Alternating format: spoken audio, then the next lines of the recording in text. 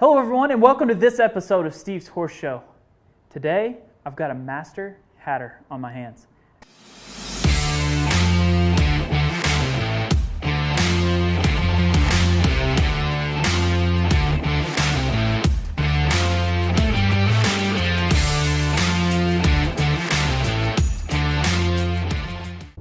We're going down to Noble, Oklahoma today.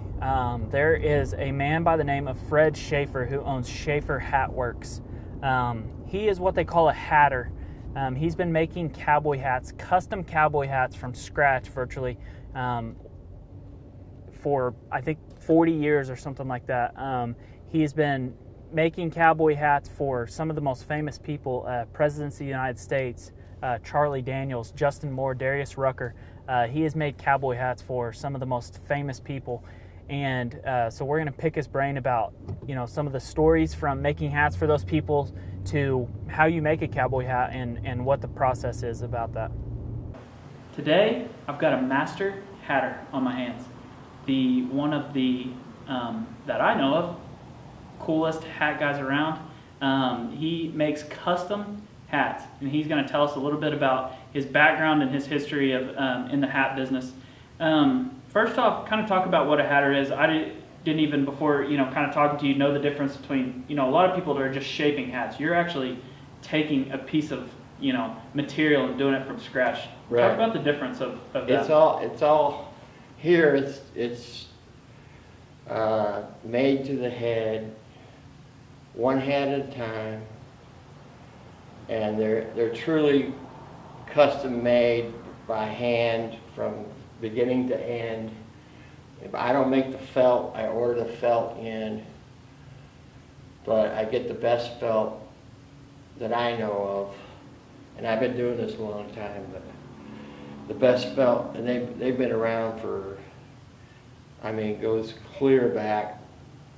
I don't know how long they've been making felt, but Long time. a long time. And how did you get in the hat business? You were talking about your history of it a little bit, but what interested you about it? Well, when I first started, I was selling, I just kind of came into it because I was working at a real fine Western store in Nashville, Tennessee, and I had a lot of business, a lot of people coming in, so there was another guy there who was real good at shaping hats and stuff, and he was swamped with other stuff that he was doing. He was also like a tailor and stuff. Huh. And so I kind of picked it up to help him out and just started shaping hats, and because the customer, Doing some of the easier stuff, basically. yeah, at first I was, but I shaped hats for Bill Monroe and Tammy Wynette and all that crew. It goes clear way back. And then I left there and did some other stuff for a while. But my love was always hats. So I had a chance to go out to Colorado and actually apprentice to make hats because I knew the guy that owned the place, and he knew that I already knew a lot about hats. Right. So I went out there with my wife and then learned how to basically, make a hat from scratch, and by the time I left that place, I was making the hats. What kind of people have you, made hats for? Anybody that wants one. It covers a lot of people from, like lawyers, doctors, quarter horse people,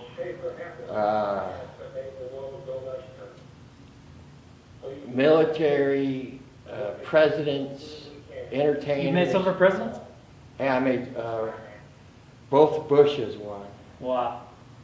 41 and 43.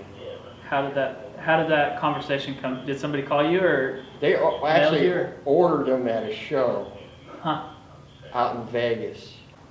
Got the size of their head, but I had to study pictures of them to get the head shape. Gotcha.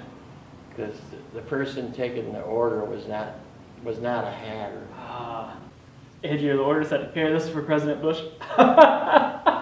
Because all I got to do is see the head and get the circumference of the head. Gotcha.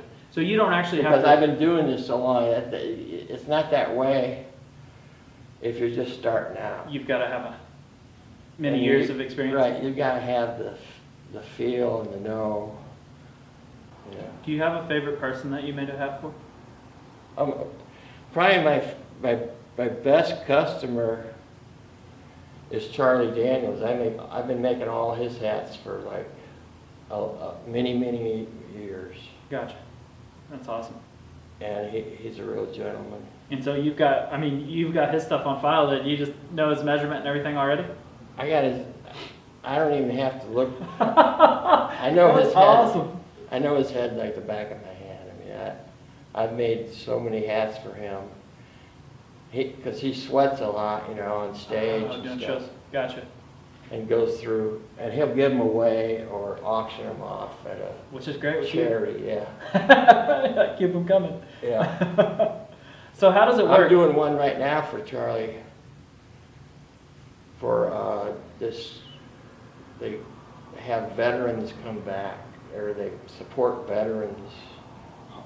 Why would someone get a custom hat? What's the advantage to that? Well, it's a better felt, and it's made to the head.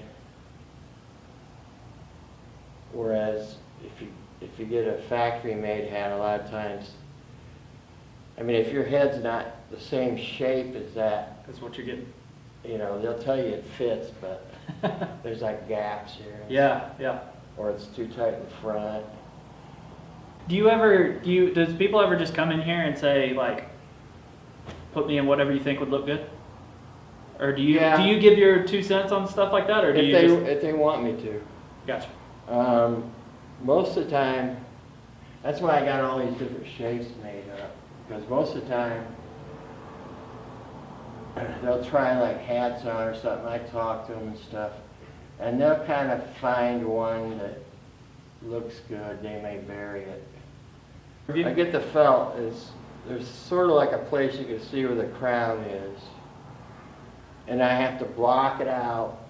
How is it? Is it like in a circle, or like how is it? It's just it's like in a circle. Okay.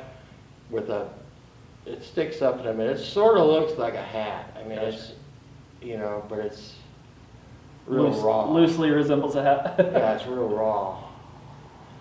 What works best for me is I actually draw the shape of the head. Huh. And then... So are you always evaluating people's heads? Like,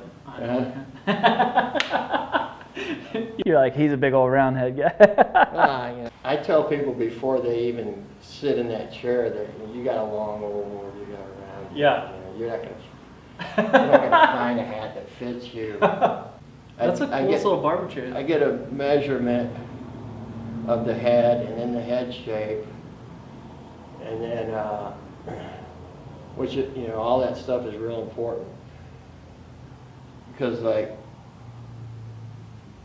I've always said, you can make the finest hat in the world, but if it doesn't fit, yeah, what's the point? The customer is not real happy. Yeah.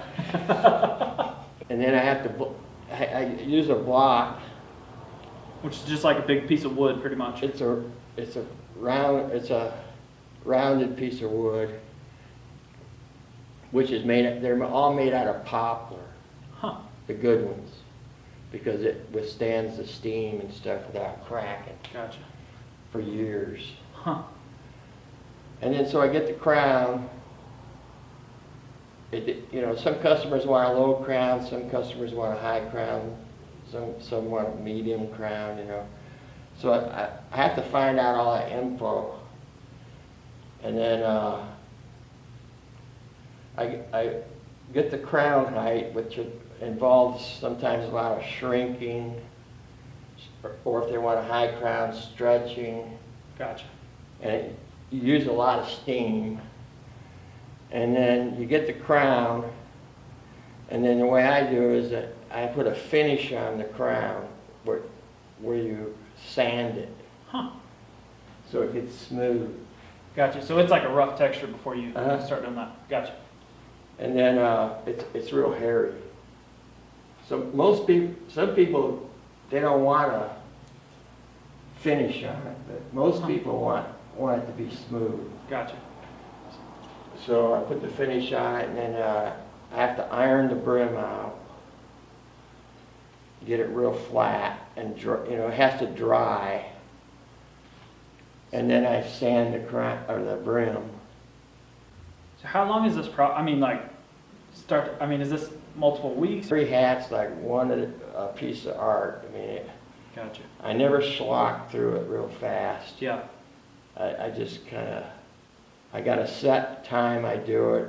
If the orders start building up, I got to tell them, 8 weeks, 9 weeks, Gotcha. before you get your hat. But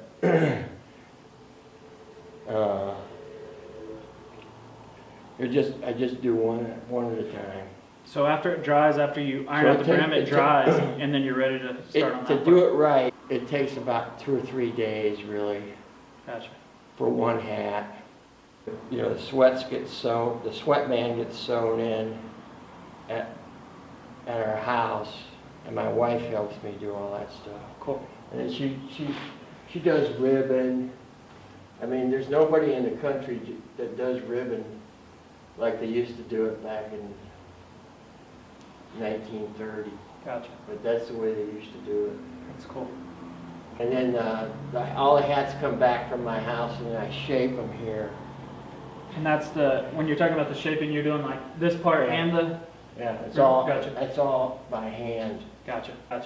And then you shape this, and then you have to like cut it or like make it smaller or bigger. I cut it before I shape it. Okay, you cut it first. Gotcha. Like some people want like a 4.5 inch brim. Some people want a 5 inch brim. Gotcha. Some people want a 3 inch brim.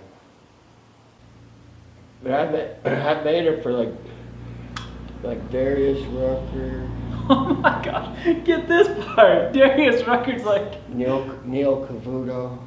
We need one for Neil Cavuto. I said, is he Japanese? No, he's not Japanese. Oh man. Because I was thinking Neil Cavuto. Oh shoot. Like Norman Schwarzkopf, Larry Hagman. I used to do all of Little Jimmy Dickens. Wow. Before he died. Brett Michaels. How do these people get your It's info? all word It's of just word of mouth. mouth. That's Yeah, I done it for Eddie Montgomery, Terry Clark. I do Travis Tritz. Oh my gosh. He keeps. Oh yeah, I forgot about him. And then they go, You didn't where are even. you at? I said, Noble, Oklahoma. Noble, Oklahoma. Not the whole-